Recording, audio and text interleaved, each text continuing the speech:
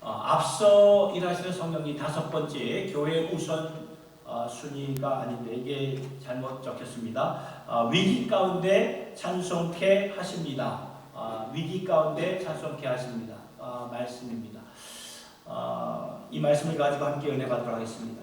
여러분, 오늘 우리의 삶이 많이 힘들어졌지요. 사실 돌아가는 이 사회를 보면은, 그리고 항상 이제 미국도 대선이 이제 11월 달에 있지 않습니까? 대선 투표 때 결국에는 이 후보자들이 공약을 이렇게 내세우는 것 중에 가장 큰 이슈가 경제입니다. 경제가 잘 안 돌아간다면 그야말로 막막함은 이루 말할 수가 없죠. 그동안 쌓아놓았던 모든 것들이 순식간에 없어지면 참 막막해요. 밤잠을 설치게 됩니다. 엊그젠가 이렇게 조선일보의 그 기사를 보았는데, 한국의 그 서울의 그 동대문의 의류시장 그 점포가 굉장히 큰데 한 2,700개의 점포가 이렇게 운영이 돼야 되는데 지금 다 나가고 370여 개만 간신히 운영을 한다는 그러한 경제가 지금 빨간불이 켜졌다는 그러한 기사를 지금 읽게 됐어요. 다들 이렇게 그러한 그 상인들이 참 지금 죽을 맛이죠. 또한 우리의 자녀들을 생각하면 어떻습니까? 막막합니다. 1960년대, 70년, 80년대를 지나 오늘의 이 코리아 한강의 기적을 이룬 기성세대를 보면 그 기성세대가 다 여기 앉아 계신 우리 성도님들이 아니십니까?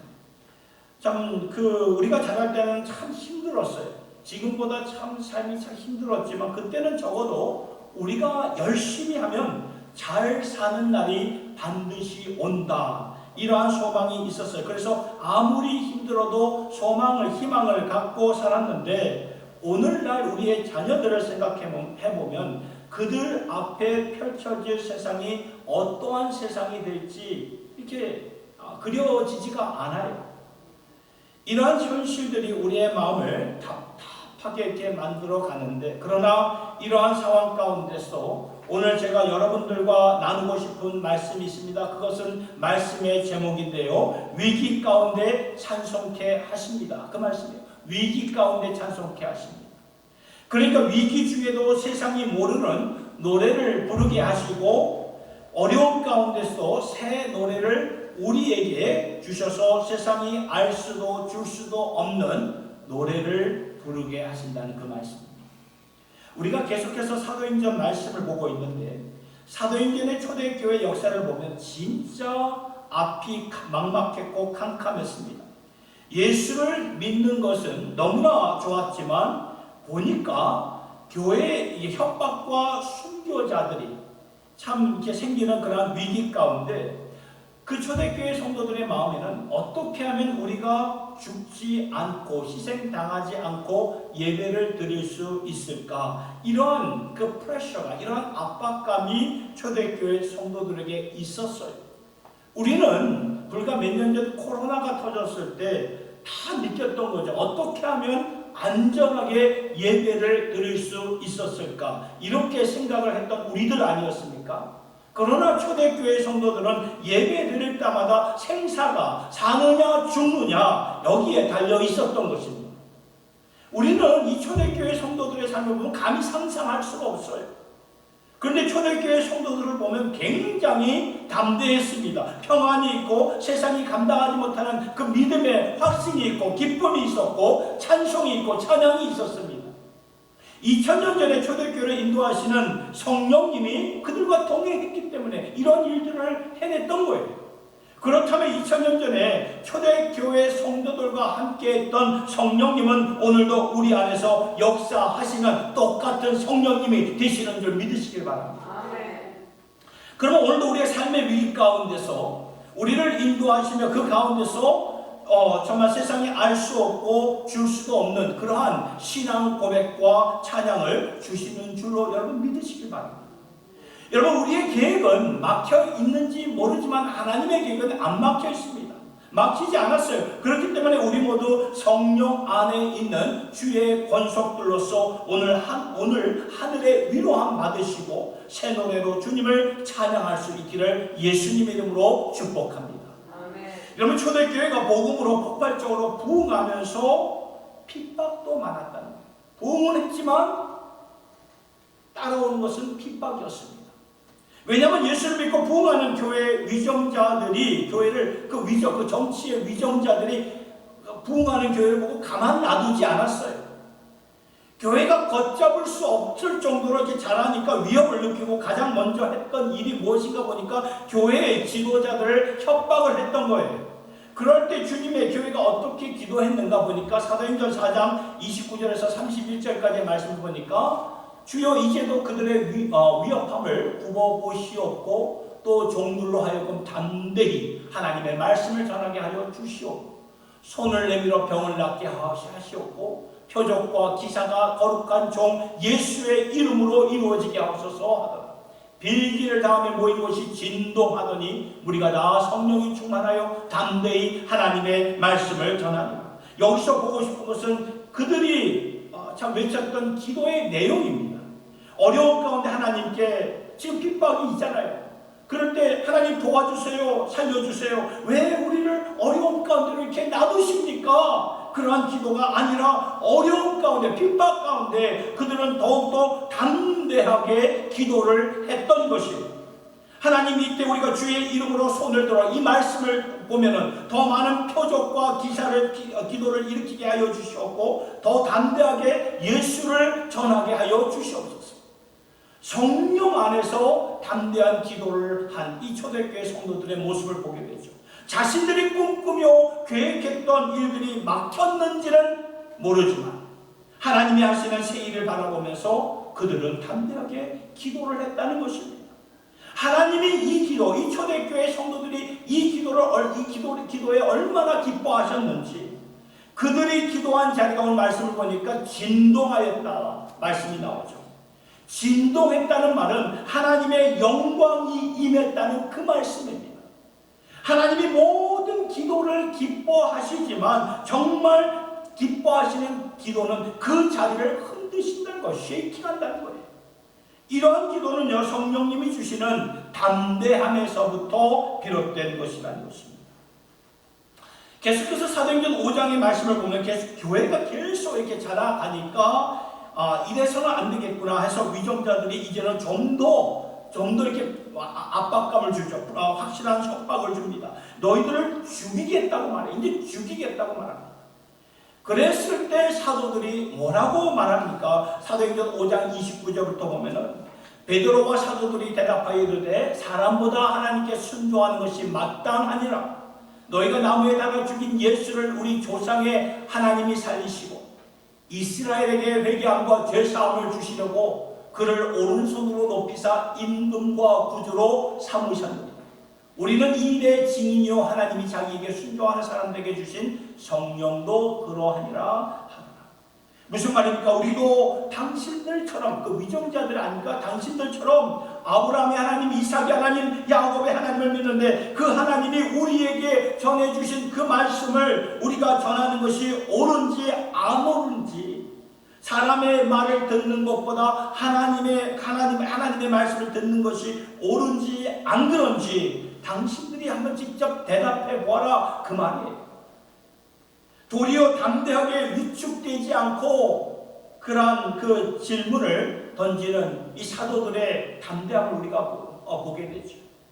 결국 이 일로 인하여서 사도들이 잡혀갑니다. 잡혀가서 채찍에 맞게 되죠. 사도행전 5장 40절과 41절의 말씀을 보니까 그들이 옳게 여겨 사도들을 불러들여 채찍질하며 예수의 이름으로 말하는 것을 금하고 놓으니 사도들은 그 이름을 위하여 능력받는 일에 합당한 자로 여기심을 기뻐하면서 공회 앞을 떠나니라. 여러분 이 말씀을 보면서 채찍 맞아보신 적 있으세요? 지금까지 살아오시면서 채찍으로 맞아보셨나요?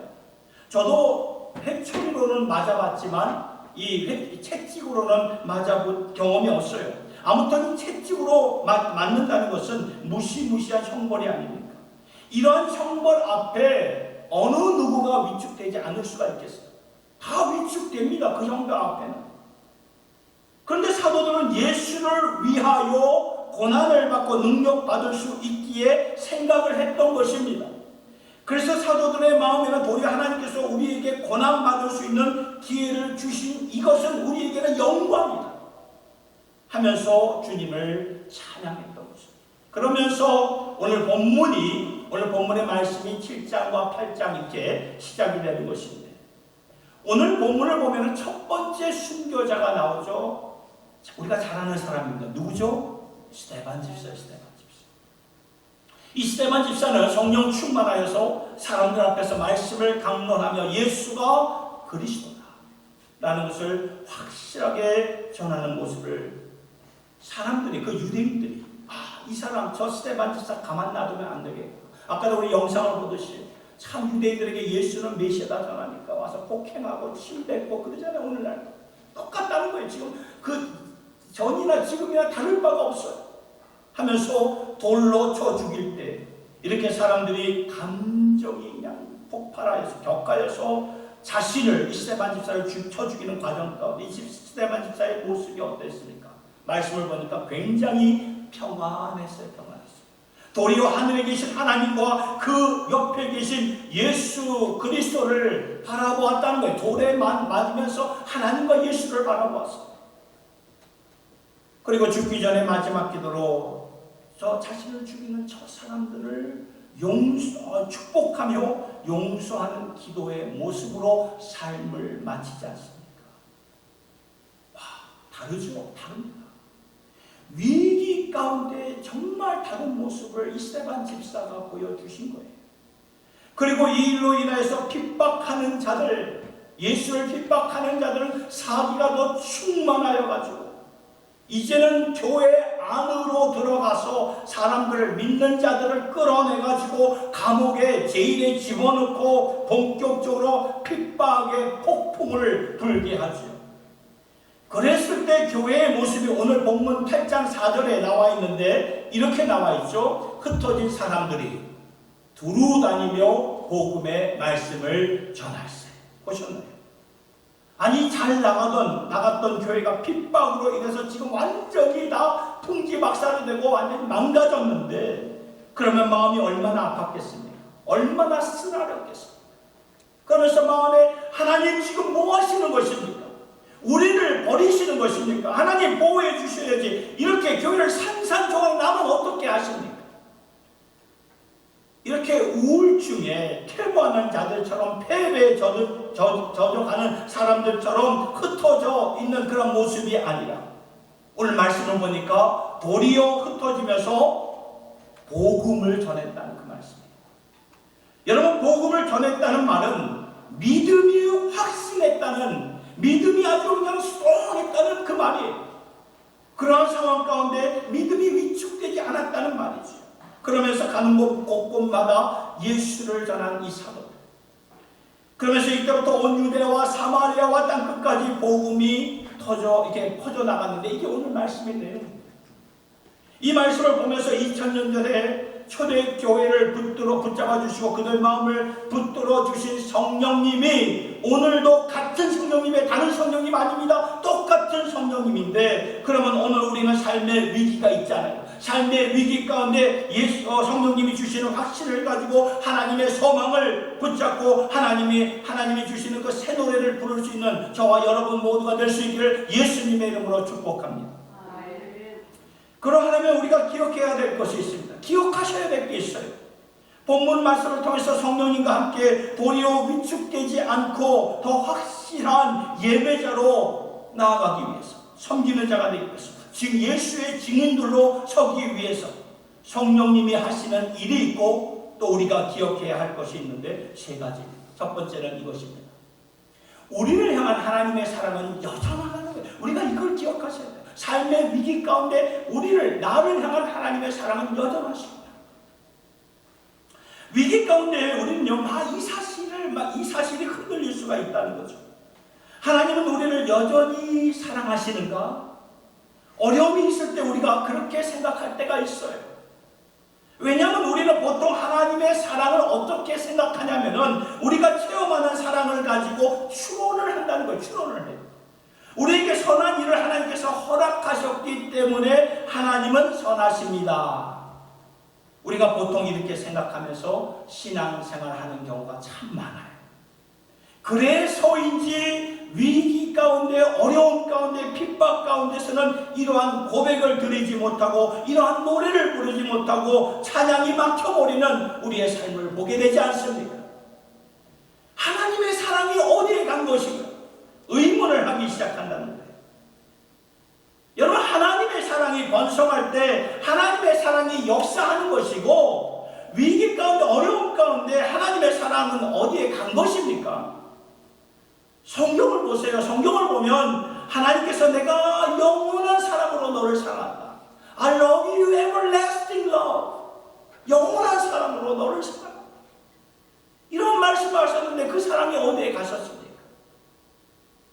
여러분, 우리가 삶의 위기 가운데 중심이 흔들리지 않으려면 여기서부터 시작되어야 됩니다. 하나님의 사랑은 그때나 오늘이나 동일하다는 거예요. 변함이 없어요. 1850년, 지금부터 150년 전의 실화입니다. 영국 선교사 엘렌 가드너라는 영국 선교사님이 선교사로 부름을 받고 남미로 이렇게 가기 위해 배를 타고 있는데, 그 영국에서 남미까지 얼마나 먼 거리입니까? 그 항해 가운데 가는 동안 큰 폭풍을 만나게 됩니다. 만날 수 있죠. 그래서 배가 망가졌고, 그래서 살아남은 사람들은 그 무인도 섬에 갇히게 됩니다. 그런데 그 섬에 갇혀 있으면서 많은 사람들이, 그 무인도에 뭐가 있겠어요? 먹을 게 없잖아요. 그러니까 굶어서 죽어나가는 거예요. 구조를 기다리죠. 그러나 구조대가 안 오는 거예요. 그렇죠. 오늘날처럼 무슨 핸드폰이 있으면 뭐가 있습니까? 아무도. 그 1850년대 뭐가 있겠습니까? 구조원들이 오지 않아 한 명 한 명씩 그 배에 탔던 사람들이 다 죽어나가고, 나중에 기록을, 그 엘렌 선교사님의 그 기록을 보면 마지막으로 죽은 자가 엘렌 선교사님, 엘렌 가드너 선교사님이 있었어요. 그분의 일기장을 보면 그날 그가 무슨 말씀을 묵상했으며 어떠한 마음을 가지고 하나님 앞으로 나갔는지 알 수가 있습니다. 엘렌 가드너 선교사님이 그날 묵상한 말씀은 시편 34편 10절의 말씀이었습니다. 이 말씀이었습니다. 젊은 사자는 궁핍하여 줄일지라도 여호와를 찾는 자는 모든 좋은 곳에 부족함이 없으리로다. 와, 여러분, 언제 구조대가 오는지 모르는 가운데 옆에 남아있는 사람들은 한 명 한 명씩 다 굶어 죽어가는 상황 가운데 자신도 더 이상 버틸 힘이 없는 그 찰나에 그가 묵상한 말씀이 바로 이 말씀. 젊은 사자는 궁핍하여 줄지라도 여호와를 찾는 자는 모든 좋은 곳에 부족함이 없으리로다. 여러분, 이 말씀을 그가 묵상한 다음에 그 밑에다가 자신의 문장을 썼습니다. 영어로 이렇게 나와 있습니다. Today I meditated on the goodness of God and endured. 오늘 나는 하나님의 선하심을 묵상하며 그 굶어 죽어 가는 가운데 나는 하나님의 선하심을 묵상하며 감당할 수 없는 감격 속에 남아 있습니다. 여러분, 어떻게 저런 상황 속에서 저런 말을 쓸 수 있었을까요? 이게 엘렌 가드너의 마지막 고백이었다. 여러분, 엘렌 선교사님이나 초대교회 성도들을 보면 한 가지 분명한 것이 있었는데, 그것은 그들이 이해했던 하나님의 근대, 하나님의 선하심과 하나님의 사랑은 환경과 형편으로 변하는 사랑이 아니었다는 것입니다. 환경을 넘어서 환경을 초월한 하나님의 영원한 사랑, 십자가에서 증명된 하나님의 선하심과 사랑을 그들은 항상 주목하면서 살았던 것이에요. 여러분, 우리가 있잖아요. 이 세상을 살아가면서, 우리가 이 세상을 살아가면서 만나는 여러 가지 인생의 풍파들이 있지 않습니까? 그 풍파가 우리의 삶을 망가뜨릴 수가 있고, 부서뜨릴 수가 있고, 우리의 몸을 앗아갈 수가 있다는 거예요. 그런데 이 세상에서 보는 풍파 가운데 한 가지 할 수 없는 것이 있는데, 그것은 우리의 영혼만큼은 앗아갈 수가 없어요. 사실 우리의 영혼을 앗아갈 수 있는 유일한 풍파는 딱 한 가지입니다. 바로 하나님의 진노의 풍파라는 거예요. 그 하나님의 진노의 풍파만이 우리의 영혼을 지옥으로 던질 수가 있는데, 그 풍파를, 그 진노를 당신의 독생자 예수 그리스도에게 다 쏟아 부으시지 않았습니까? 그러니까 하나님의 진노를 예수님이 다 짊어지게 하심으로 말미암아 더 이상 우리는 그 풍파의 진노를 맞을 필요가 없어진 그 말이라는 것입니다. 그래서 로마서 8장 1절과 다 외우셨지만 같이 한번 함께 외치도록 하겠습니다. 시작. 그러므로 이제 그리스도 예수 안에 있는 자에게는 결코 정죄함이 없나니 이는 그리스도 예수 안에 있는 생명의 성령의 법이 죄와 사망의 법에서 너를 해방하였느니라. 아멘. 여기에 하나님의 영원한 사랑이 담겨 있어요. 본질적인 사랑, 상황과 환경을 뛰어넘는 사랑, 하나님의 선하심, 하나님의 굿네스는 바로 여기에 있었던 것입니다.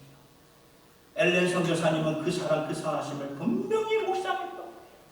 그 무인도 섬에서 처참하게 아무도 모르는 가운데 이제 마지막 남은 자로서 굶어 죽기 직전에 하나님의 선하심을 어디서 보았나요?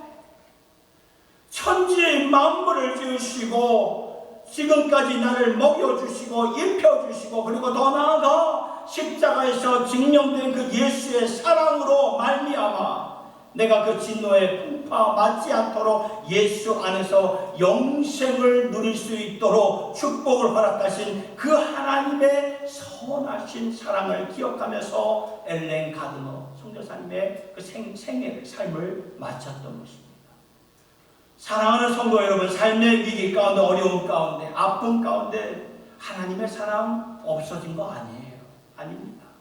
아픔과 위기 가운데서도 하나님의 사랑은 영원한 사랑으로 남아있으니 이때 우리가 더 확실하게 그 하나님의 사랑을 붙잡고 나아갈 수 있기를 예수님의 이름으로 축원합니다. 아멘. 두 번째요, 우리의 삶의 위기 가운데 우리를 향한 하나님의 계획은 여전하다는 거예요. 본문을 보면 스데반 집사가 돌에 맞아 죽는 그 찰나에 그가 하늘을 우러러보죠. 우리는 아픈 말 이렇게 고개를 막 숙이고 그러는데 이 스데반은 맞으면서도 하늘을 이렇게 울어봤다는 게 참 놀랍죠. 보좌에 앉아 계신 하나님과 옆에 계신 예수님을 바라봅니다. 그러니까 이 모든 상황 가운데 하나님이 나도 몰라 하면서 뒤돌아선 게 아니죠. 여전히 역사를 주관하신 하나님께서 높은 보좌에서 모든 것을 지켜보시며 당신의 뜻을 펼쳐 가신다는 그 말이에요. 그러니까 하나님의 계획이 여전히 진행되고 있다는 그 말씀입니다.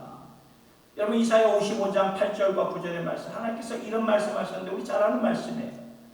같이 한번 읽어볼까요? 시작. 이는 내 생각이 너희의 생각과 다르니 내 길은 너희의 길과 다르니 여호와의 말씀.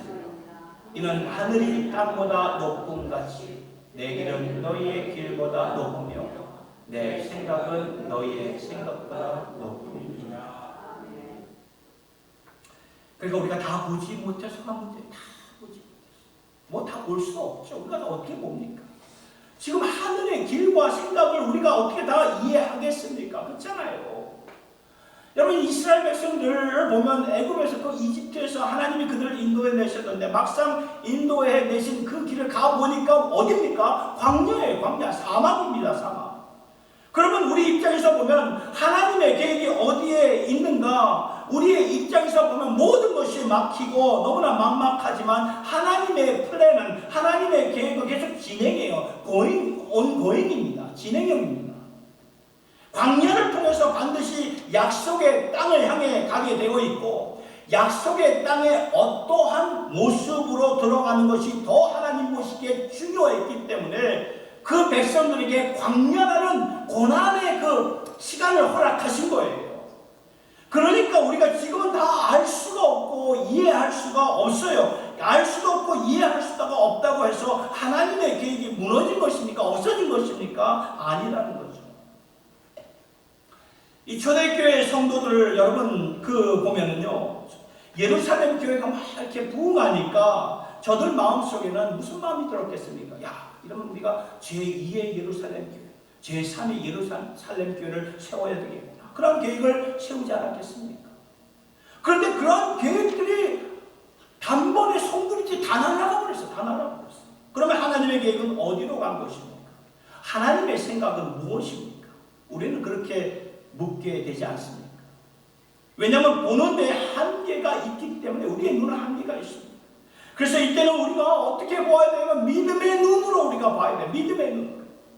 하나님의 계획은 어디로 간 것이 아니라 알파와 오메가가 되신 처음과 나중 되신 하나님의 생각이 무너진 것이 아니라 나는 못 걸지라도 이 믿음을 가지고 나는 가리라.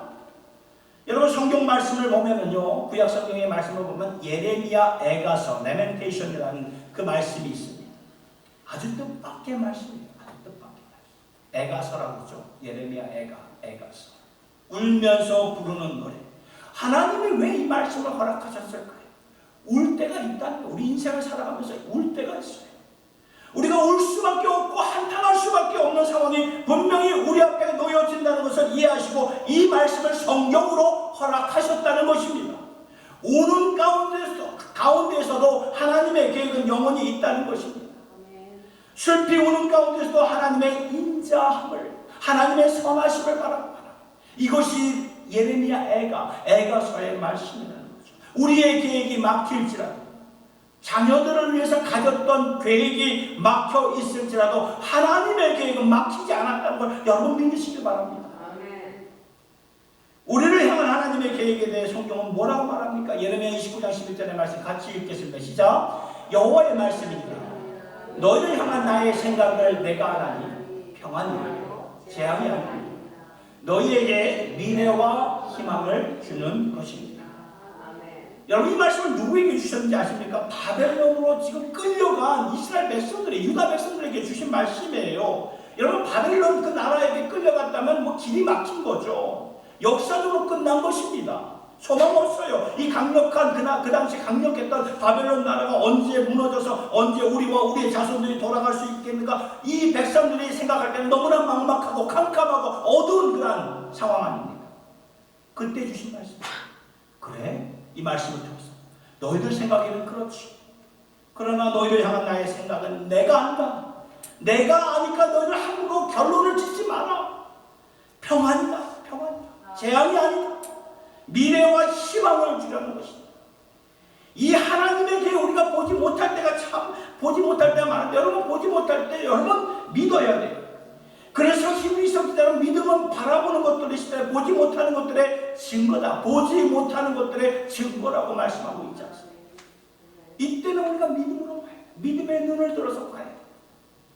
여러분 믿음의 눈을 들어서 우리를 향한 하나님의 선하신 계획 어디로 간 게 아닙니다. 도리어 지금도 여전히 진행되고 있다는 것을 꼭 믿음의 눈을 들어서 볼 수 있기를 예수님의 이름으로 축복합니다.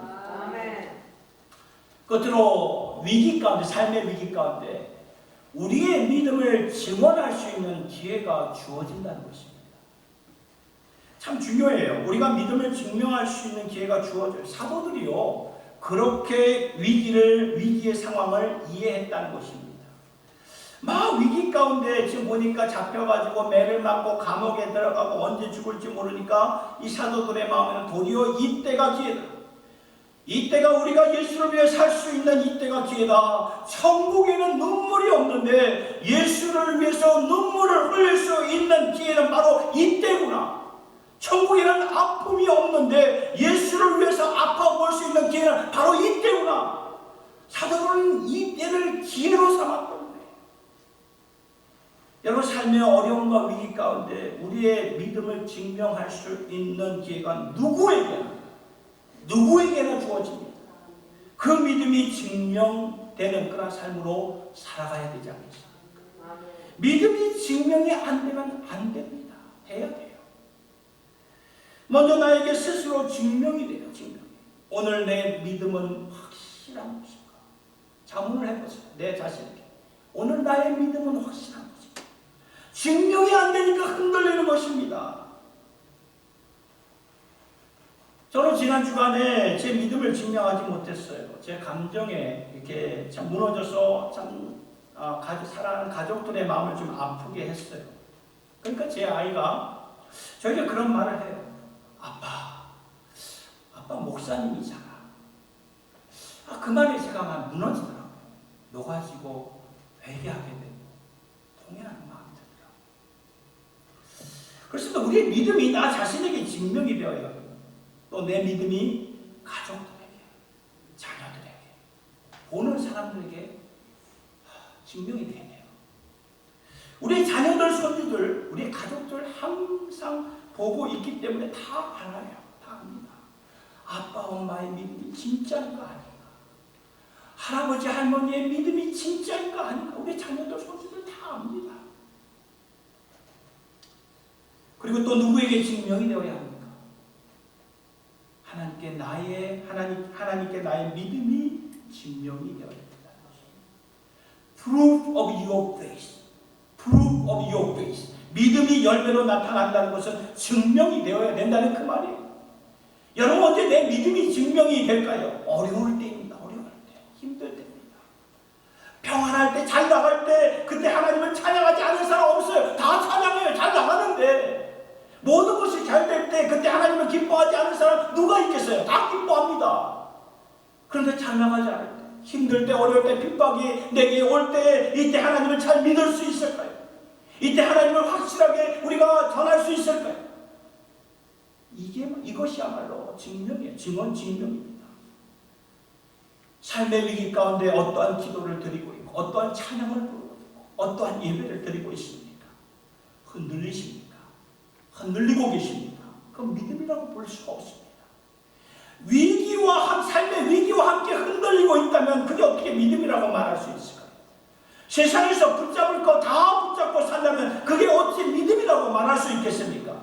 세상이 흔들릴 수밖에 없을 때 그때 우리가 어디에 서야 됩니까? 반석 위에, 우리의 반석 대신 우리 예수 그리스도 위에 우리가 그분을 붙잡고 서야 되지 않겠습니까? 그게 믿음입니다. 그게 믿음. 여러분, 하나님 앞에서 내 믿음이 증언되는 거 있잖아요. 오늘 말씀에서 보니까 유독 성경 모든 창세기에서 요한계시록까지 이곳에서만 예수 그리스도가, 예수님이 하나님 보좌 옆에서 서 계신다는 것을 우리가 볼 수 있어야 돼요. 스탠딩하고 계신다는 것을 보게 됩니다. 다른 성경에서, 다른 챕터에서는 예수님이 왕권을 가지고 앉아 계시는데, 우리가 고백했던 사도신경을 봐도 예수님을 가리켜서 하늘에 오사 하나님 우편에 앉아 계시다가 저리로서 산자와 죽은 자를 심판하러 오시라 하나님 옆에 앉아 계셨어요. 그러니까 성경 모든 곳에 예수님은 앉아 계신 곳으로 나와 있는데, 그런데 오늘 본문을 보니까 서 계셨다는 거예요. 그러면 이때가 언제예요? 예수님이 서 계셨을 때, 벌떡 일어나서 예수님이 서 계셨을 때, 그럼 이때가 언제예요? 보니까 예수의 이름으로 순교당할 때라는 거예요. 스데반 집사가 돌에 맞아서 순교의 자리에서 예수를 위해 평안하게 담대하게 그 자리로 나아가는 증언하는 그런 가운데 예수님이 차마 그 보좌에 앉아 있을 수가 없었던 거예요. 벌떡 일어나는 거예요. 벌떡 일어나는 거예요. 우리도 그렇잖아요. 가슴이 벅차geb니다. 눈물이 확 쏟아지잖아요. 예수님도 마찬가지예요. 스데반 집사가 그렇게 돌에 맞아 그런 지금 예수에서 증언할 때 앉아 있을 수가 없었던 거예요. 예수님이 벌떡 일어나는 거예요. 그러면서 내 아들의 모습을 보는 거예요. 내 종의 모습을 보는 것입니다. 믿음이 증언되는 거예요. 그러니까 오늘 우리 모두 삶의 위기 가운데 우리의 믿음을 증언할 수 있게 돼요. 예수님의 이름으로 축복합니다. 지금이에요. 지금 나중에 하겠습니다. 아니에요, 여러분. 지금입니다. 지금이에요. 하나님 앞에서 하나님, 나 믿음으로 살겠습니다. 지금까지 붙잡고 살았던 헛된 것 쫓지 않겠습니다. 내려놓고 이제 이 믿음 붙잡고 이 말씀 붙잡고 살겠습니다. 이걸 우리가 보이셔야 된다는 거예요. 아멘. 그래야 우리가 주님을 위해서 살아간다고 말할 수가 있는 것입니다. 말씀을 정리합니다. 하나님의 영광은요, 지금도 앞으로도 온 땅에 가득합니다. 우리가 이것을 기억하며 사셔야 돼요. 이걸 기억하며 살 때 다르게 삽니다. 소금과 빛의 삶으로 살아갑니다.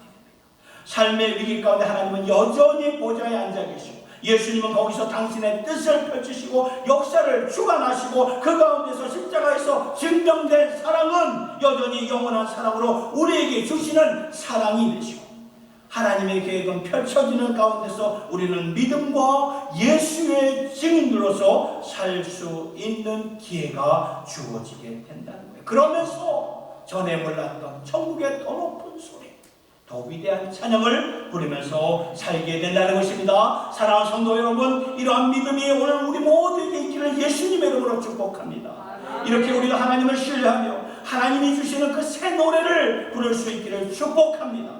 세상이 알 수도 앗아갈 수도 없는 찬송을 부르면서 오늘도 살아있는, 오늘도 주님의 선하신 사랑 가운데 여러분 꼭 위로받으시고 세임 얻으시고 삶의 위기 가운데서 하나님께 살아있는 예배 드리는 존귀한 주님의 권속들, 주님의 종들이 될 수 있기를 예수님의 이름으로 축원합니다.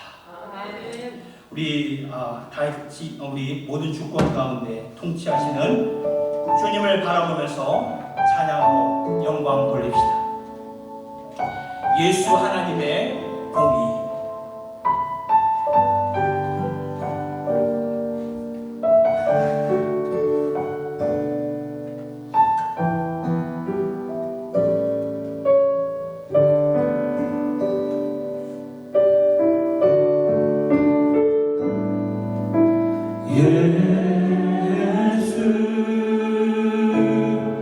하나님의 공의